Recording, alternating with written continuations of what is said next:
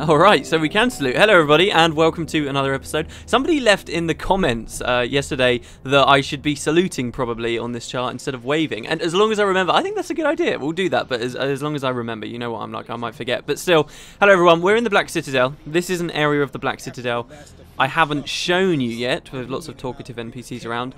We're essentially at the Asura Gate here. As I may have mentioned already, there's an Asura Gate at all of the main cities in this game. They're located all over the place. It's to allow you to very quickly travel to the locales of all the other playable races, in case you want to play with your other friends. They did quite a lot to try and ensure that there was that ease of access moving around. I kind of feel like it breaks it a little bit. I love in games exploring when I know that I can go to distant off places, and it always feels a bit undermined. I don't know why, maybe it's just me, but when you know that there's a way you can for free instantly teleport across, yeah, that breaks a little bit that for me. And I'm not a player that particularly cares about having the convenience of going across. I guess I'm not that casual, dare I say. So for me, I think I would have preferred if the Asura Gates weren't there, to be perfectly honest. But hey, I can understand why for the majority of players it's a cool feature. So yeah, they've got that in, and I've actually gone through that. Why we're at this gate is because off screen since the last episode I've had wonderful magical adventures in a far off land that we've not seen in the LP yet, known as the Tarnished Coast,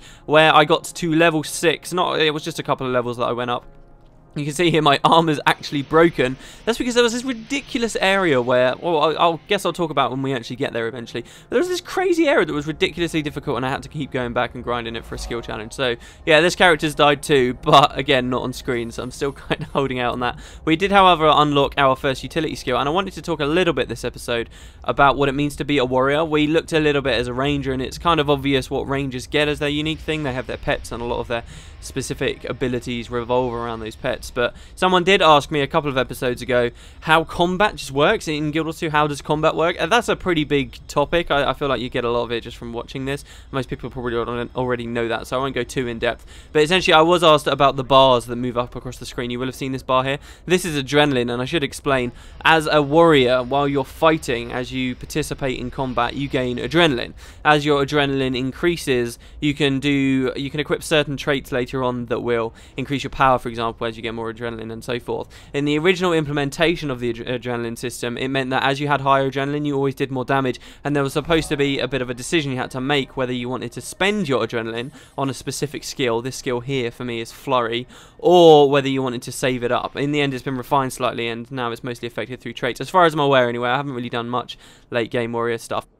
But that's essentially the way that it works now. Depending on the weapon that you've got equipped as a warrior, not only does it change your left 5 skills, so we've got a sword and shield here, but also the main hand weapon, I believe it's only the main hand weapon, will change what they call your burst skill. And the burst skill will spend all your adrenaline to be able to activate. So I can't use this burst skill right now by pressing skill 1 because I don't have any adrenaline. But in a fight, once I've built up some, I can use it. Now you'll see on the tooltip here for the burst skill, there's different levels. There are varying levels that it could of effectiveness it has, and that refers to the amount of segments of this bar that fill up. And when you first play the character, there's only one tiny bit of the bar, but as you level to level 6, as you can see here, you unlock all 3 bars, which I've now got. So there's that. That's pretty much warriors. Warriors have a lot of unique skills as well as far as slot skills go, which we'll look at as we go forward, as I say. But for now, we've only got 4 skill points, so we don't have much choice. I would quite like to get, I don't know, man. I mean, in the betas I had some interesting stuff, I suppose, but I can't really remember. Let's just go Signet of Might, so I can equip that for now, and that will increase our power, and if we choose to activate it, it will give us a load of might. So if we activate it, we get 37 power and 37 condition damage, but if we just have it passively, we only have 16 power, and that's it. And it's on a 25-second cooldown, so I guess the net gain of power isn't too high because the passive power toggles off and then you get the active power, so it's only like plus 10 power or something, but I suppose the condition damage helps too. But in any case, there you go, so that's a quick rundown. We will do a recap on the personal story so far before we head on through. Of course, back in the plains of Ashford. It was interesting listening to myself in the editing yesterday talking about the history of Ascalon, because I'm not sure how I'll weave in certain facts. Like, we were talking about how the Charr named themselves a supreme leader, known as the Crass. And I would like straight away just to add to that, because I can't see any other way I could segue into that later on. The Crass was kind of decided by a claw. There was this thing called the Claw of the Crass, and it was kind of whoever wielded this was the Crass, and that went missing. Not only was the Crass assassinated, but the claw that would determine supposedly who the next one was went missing for a very long time. Now, 5 years before the events of Guild Wars 2, Gw2, you can read one of the novels about this. Basically, a group of adventurers found the claw once again, and the reason why a treaty is now coming into existence between the humans and the Charr is because the humans managed to recover this claw, and they're kind of using it as a bit of a gambit. They're using it to persuade the Charr to help them out, so that's kind of what's going on there. It's a little bit more complicated than that. Actually, I kind of feel like I need to reread those books, especially Ghosts of Ascalon. Edge of Destiny, I skimmed so much because there's so little actual sustenance there. It's just, oh, these are fight scenes, which is kind of lame. So, but Ghosts of Ascalon, definitely, I really enjoyed that book, and I kind of want to reread it. And I've still been toggling with that idea, like, oh, maybe I could read it out on YouTube, but hey, we'll see if that ever becomes a thing. But right, so yeah, the personal story, we haven't done any yet. I'm Chaos Blacksoot. A little bit of trivia, by the way. That character you saw when I originally kind of teased and did like the weird creepy stuff, I named the character Chaos Graysoot, and then when I filmed the actual episode where I created the character, I typed in Chaos Graysoot, but realised I'd forgotten to delete the previous Charr, so I actually have 2 Charr on this account under both names. That wasn't originally going to be his name, so that's quite funny. But straight away we had Fury of the Dead, much shorter description as you can see here. I was ordered into action alongside Tribune Riptlock Brimstone. Together we stopped Duke Barradin's attack on Smokestead. It's very straight and to the point, I suppose that's quite Charr. Now we've got Chain of Command, which is what we're on now. Help Charr in Ashford, blah blah blah, which we've done. Report to Legionnaire Steelbane. I returned to the barracks, sorry, the Blackfoots. Legionnaire Steelbane blamed me for the casualties we'd suffered in Smokestead and ordered his new recruits to rough me up. I won the fight, but I'm now on supply runs and other cub duty until further notice, so we just need to retrieve the supply. I was actually incorrect last time. I thought we'd completed this step, but we hadn't. But that just shows how long I'd been rambling. No, child, I'm not interested in you right now. I'm going to my personal story. And we'll explore a bit of Ashford as we go forward. I'm tempted to do maybe another post thing where we look at least a couple of the hearts in that area. But I'm also tempted, and I've been avoiding saying it because I might not do it, but I'm also tempted to do something else about that, which I may as well just leave. Steelbane's gonna need new teeth. May as well leave it vague for now. But anyway, hey Reaver, how's it going? This is crazy. It's humiliating. I'm a soldier, not a Marmux. Marmux are animals which the races of Tyria, particularly Charr, are using to transport weight around goods and things. They're like supply animals. When we get back, I'll see if I can talk some sense into Steelbane, sure. Or shout some sense into him, as it were. Because we are Charr, definitely. Right. Got some cannons over there. We got... This is kind of interesting. A lot of races do this.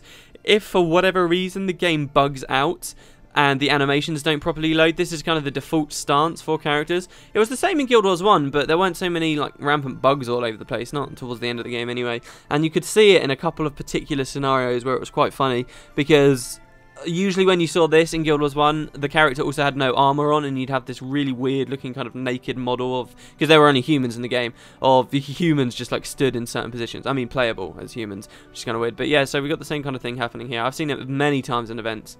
We've also got this guy here. They're all bugging out. What's going on? Anyway, we got a cutscene.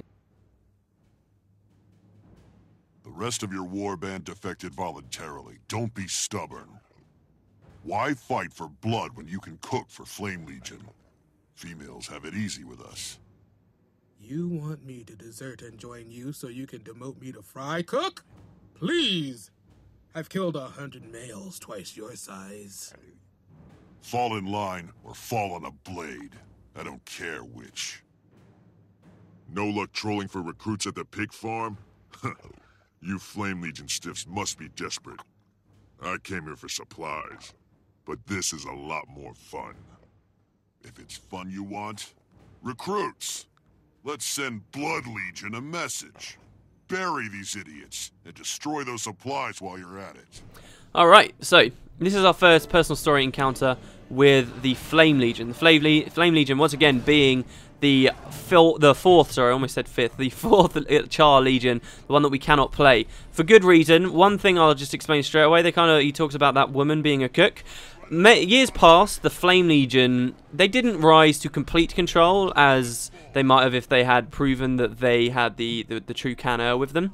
But they did kind of rise to prominence and control over the other legions. This was around Guild Wars 1's time. Alright, relax. So Guild Wars 1 times, these guys were the top dogs in charge.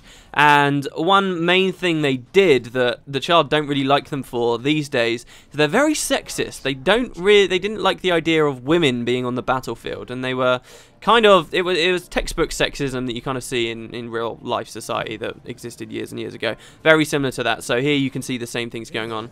Maybe Enemy your contact. females will take over again. They think the female Charr should just be in the kitchens and not out on the battlefield. But, of course, the female Charr, now 250 years later, have rebelled against the Flame Legion, and they're proving that they are worth much more than that, which is good. And there's a particularly interesting story about one female Charr who stood out and kind of led a rebellion against the Flame Legion.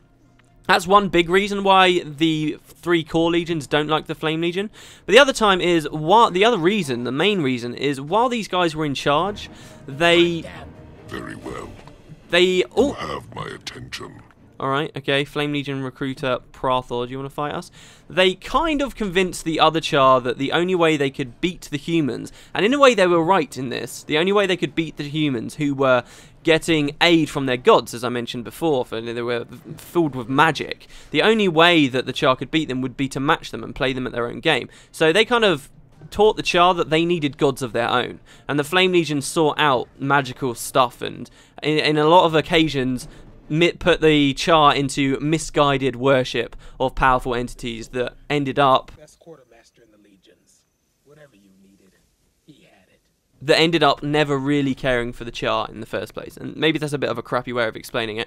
But yeah, so that's another main reason why the Flame Legion have fallen out of favour with the other Charr now. And in particular in Guild Wars 2, the Flame Legion still believe the same thing. They believe that they found themselves a god still. And the other Charr, if you remember from the creation cutscene that we got, it said, "We have killed our gods." Now in truth, the Charr never really killed their gods. It was you, the player character in Guild Wars 1, but we'll get into that later. But those are some of the core differences between the Flame Legion and the legions we're playing as, and they'll come across a lot more evil and different as we go forward, but that's the fundamental difference between them.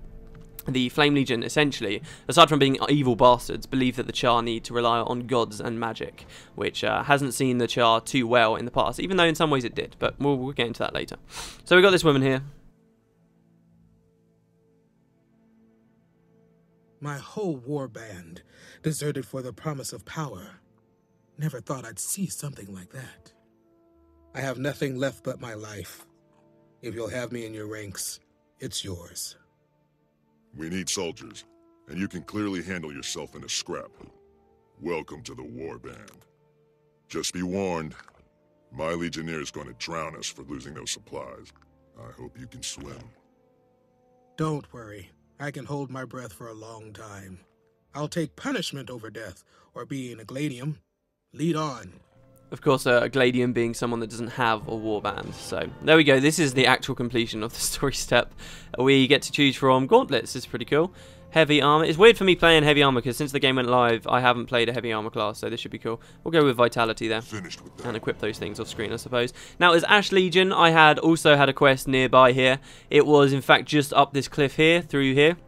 And this is a bit of a... Oh, no, not in there. There's another area nearby, however, that serves as a small Flame Legion headquarters base, and I found it, as an Ash Legion Charr, I found, just as we found Elexus here, Shredskin, I found another Charr who was chained up, and we freed him, and he decided to join our warband, which is kind of interesting. So she says, "I owe you one, but you should know that I'd have done the same for you, no hesitation." Sure, these are only the first Flame Legion we'll be killing together. Hope you're ready. I'm readier than I've ever been. Point me at a thing, and it dies, or I do. Wow, okay, sure. Did your warband turn traitor? Why did your warband turn traitor like that? Sorry, we lost half our number in the attack on Smokestead. Okay, so against a ghost. Afterward, there was a lot of resentment against the tribunes. I think they just lost their spirit. So that's fair. I mean, we lost our warband too in that same fight. So these guys did as well, and they lost faith in the people running things higher up, the tribunes. Just like Tribune Ritlock Brimstone, he's not the only one. And I guess they decided, well, no, we'll go to the Flame Legion then, who exists outside of the Black Citadel and this kind of weird peace that exists at the moment between Ash, Iron, and Blood. So they kind of defected. And I can see that. That's pretty logical. I can see that. That's a pretty reasonable story there. You said you would have been a gladium without my help, or a gladium. It's true. No warband out on my own until another warband took me in, or I died. This is a much better deal. So yeah, you need a warband. We need more members. Everybody wins. So yeah, don't forget, people spit on Charr that don't have a warband, really. Reaver here says, "That was a mess. I'm glad Elexus wants us to join. I'm glad Elexus wants to join us after losing her whole warband. But shouldn't we have asked Steelbane first?" Oh, screw that asshole. What are Flame Legion doing here? They're the worst, constantly trying to attack the Citadel, sneaking around in Ashford. I hate those guys. Good thing we got here and helped Elexus then. Sure is. Why did he say Elexus couldn't fight if she joined the Flame Legion? Here we go. They don't let their females fight. I think they're afraid they'll rise up and take over the whole silly cult. That's the stupidest thing I've ever heard. Why deny your army another sword? It's kind of weird that my adult Charr would ask a question like that. They would probably know, but obviously this is to teach new players about the universe. Do you think Steelbane knew the Flame Legion were here? You don't think? No, he wouldn't dare. So was he setting us up? He might. When we get back, I plan to have a chat with him. Yeah, sure. Do you think he was trying to set us up? Interesting. We do have the cannons in case you're one of those curious and you wanted to see me fight with them. Oh, you can only pick up the cannonballs. That kind of sucks. There's a PvP map where you pick up cannonballs and then you have to load them into the cannons and then fire the cannons. Very cool. But obviously it's not all standardized across the game. See, look at that. Look, it's actually we've only done half of a personal story step here today, but we're already 20 minutes in. Time flies. I mean, seriously, it just goes to show. I can sit down on this game and just lose hours and hours of my life and have no idea where they've come back. Have I mentioned how much I hate Scrit? Get them! This Charr here reminds me of Lois from Malcolm in the Middle so much, and I'm almost tempted to look up and see if she does the voice acting for her, because she's just so... Wheels keep turning. We keep... The default response there doesn't sound like it, but it just sounds so similar. It must be the same woman. But in any case, we've got Centurion Titus Gearclaw here. We might as well do the skill challenge. Raise your weapon. I feel the need to test your metal. Sure, okay. Ow. Yeah, well, we'll see what's under that smoke. Something pretty cool, I suppose. Shield's interesting. As I say, I was having many adventures off screen. Playing, and I unlocked these two skills. I haven't done anything with any other weapon sets, so don't worry. As soon as we unlock weapon swapping on this guy, we'll have a look at some other stuff for sure. Shield's interesting. I feel like it's not something that's particularly useful for generic kind of PvE stuff, really. I mean, it's nice to sometimes interrupt them. There are certain enemies that you can see that when they're about to use a big ability in it, it really does feel like it pays off, but quite often, I don't know. Skill 4 is quite nice. Just for a general bash or a move forward, I guess. Skill 5 for blocking people too. I don't know. Again, it kind of applies to the big charge up attack thing. In any case, we got that skill point. We will go back and speak to him. I don't want to end the episode just yet. So we'll go back to our personal instance. I'll see you guys there. Oh, actually, mind you, it's not the personal instance we're going to this time. We're going to the Imperator's Core, which is a fantastic place of the Black Citadel. I've got quite a lot to talk about there. So instead, I think we'll call that one there for today, guys. Thanks very much for watching. Hold on, I need to salute goodbye to you. There we go. I take the courtesy of cutting out that loading screen. I'm even waving through it. Oh, no, not wave. No, see, look at this. It's ridiculous. Hold on. I also need to fix my armor. I've just noticed I've done this entire episode with no trousers. Brilliant. Thank you very much for watching, guys, and I'll see you tomorrow. Have a good day. I quite like the no trousers look.